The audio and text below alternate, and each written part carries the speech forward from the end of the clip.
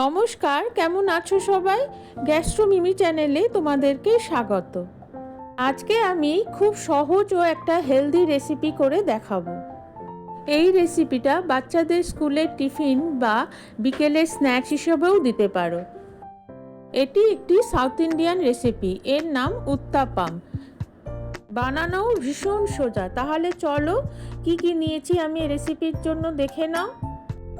ছোট এক বাটি সুজি, টক দই, লবণ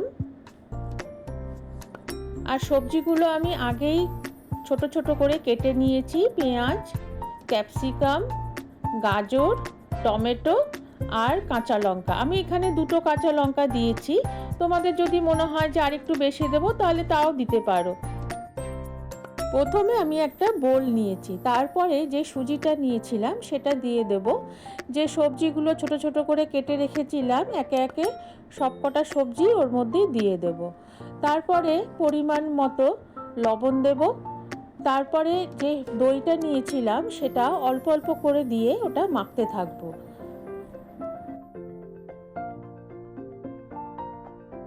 তবে আমি পুরো দইটাই প্রথমে দিয়ে দেব না, অল্প একটু দই নিয়ে প্রথমে ওটা উইক্স দিয়ে ওটাকে নাড়তে থাকবো।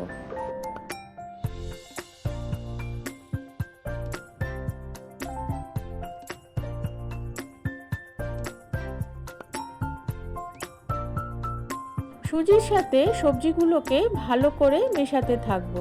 তবে আমার মনে হচ্ছে দইটা একটু কম হয়েছে, তাই আমি যেটুকু দই নিয়েছিলাম সেটা পুরোটাই দিয়ে দেবো। এবার উইক্স দিয়ে ভালো করে ওটা নাড়াচাড়া করতে থাকবো। তবে পুরোটা দই দিয়ে করলে তো হবে না, তাহলে তো ভীষণ টক হয়ে যাবে।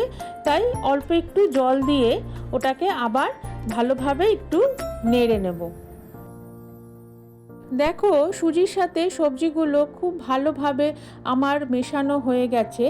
এবার এটাকে একটু রেস্টে রাখার জন্য 5 মিনিটের জন্য আমি একটা প্লেট দিয়ে এটা ঢেকে রেখে দেবো।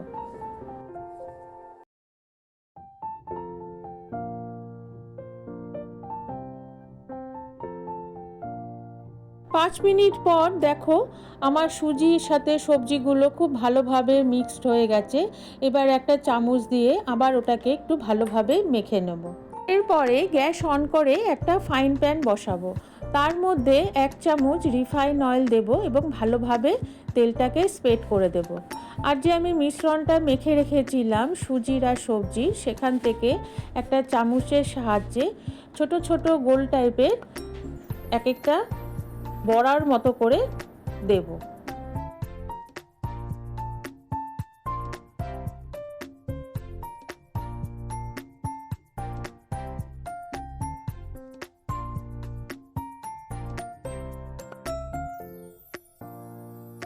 দেখো সবকটা আমার দেওয়া হয়ে গেছে।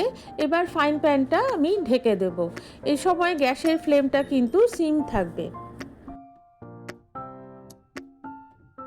2 মিনিট পর ঢাকনাটা আবার ওঠাবো। উঠিয়ে যে মণ্ডগুলো আমি দিয়েছিলাম সুজির, সেগুলোকে একটা একটা করে সব উল্টে দেব।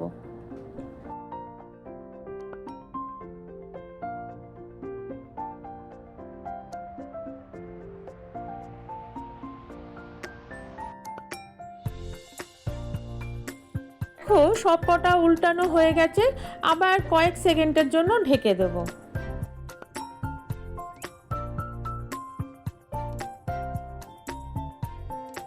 দেখো এবার আমার সবকটা উত্তাপাম তৈরি হয়ে গেছে। এবার আমি একটা প্লেটে উঠিয়ে নেব। তাহলে দেখো আমার 1 চামচ তেল দিয়ে কতগুলো উত্তাপাম তৈরি হয়ে গেল। আমি আশা করি তোমরা সবাই আমার এই রেসিপিটা পছন্দ করবে। তোমরা সবাই ভালো থেকো। পরবর্তী ভিডিও নিয়ে আবার তোমাদের সঙ্গে দেখা হবে।